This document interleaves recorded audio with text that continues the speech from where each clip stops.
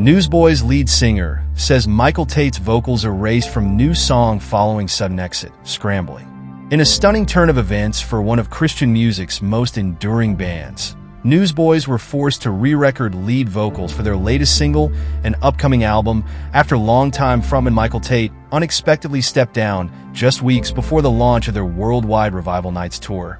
New lead singer Adam Agee has revealed. Tate, who led the band for 15 years following Peter Furler's departure in 2009, announced his decision to step away in a January social media post, citing prayerful reflection and a sense of clarity in this new season of life. The departure left Newsboys scrambling to adapt, ultimately turning to Agee, the band's guitarist who joined the group in 2023, to step into the lead singer role. I've been touring with these guys.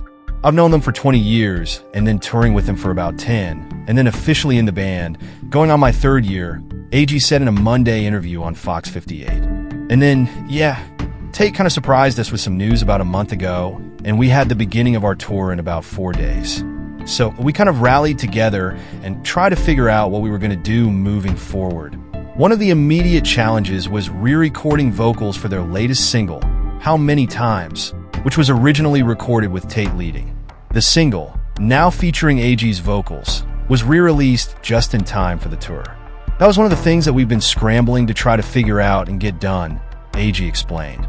That's actually a song that was one of the first songs I wrote for this Newsboys project a couple of years ago, and finally, it's getting released. But I had sung a bunch of background vocals and everything on there, but I hadn't done the lead vocals. So we popped back into the studio and got that done real quick. The uncertainty extends beyond just the single, Agee shared, revealing Newsboys had planned to release Worldwide Revival, Part 2 later this year. But with the shakeup in leadership, the band is re-evaluating its next steps. It's all kind of as we go, we're trying to figure out what to do, Agee said. We were going to release a Part 2 of this Worldwide Revival album. And so, we're trying to figure out, do we still do that or do we do something different? So that's kind of all just in flux right now. Despite the uncertainty, the band pressed forward with their first show on January 18th, featuring Agee as lead singer just days after Tate's departure. The response, according to Agee, was overwhelming. It was just a sweet thing. The crowd really rallied around us, he recalled, and it was just an amazing night. There were 2,000 people in this arena, and it felt like 10,000 people singing along with all the songs. And it was pretty special. I mean, not gonna lie, for me to be able to front the band that I had their posters on our wall when I was a kid, it's pretty cool. Agee, formerly of Stellar Cart and Audio Adrenaline, becomes the fourth lead singer in Newsboys history. At the January show, Agee told the crowd, "We've been through a lot this week. When the news hit us a week ago," he said, "it brings up a lot of questions like, what do we do? Do we move forward? Those thoughts come into your head, man. Should we hang it up? Or do we keep going?" I want to tell you guys something that with this band, with Newsboys, sometimes the messenger might change, but the message remains the same despite the shift in lineup. Agee stressed in his latest interview that the band remains steadfast in its mission as the focus remains on the Worldwide Revival Nights tour. "I said something in our first show that has kind of become our rally cry," Agee said. "With this band, the messenger might change, but the message remains the same.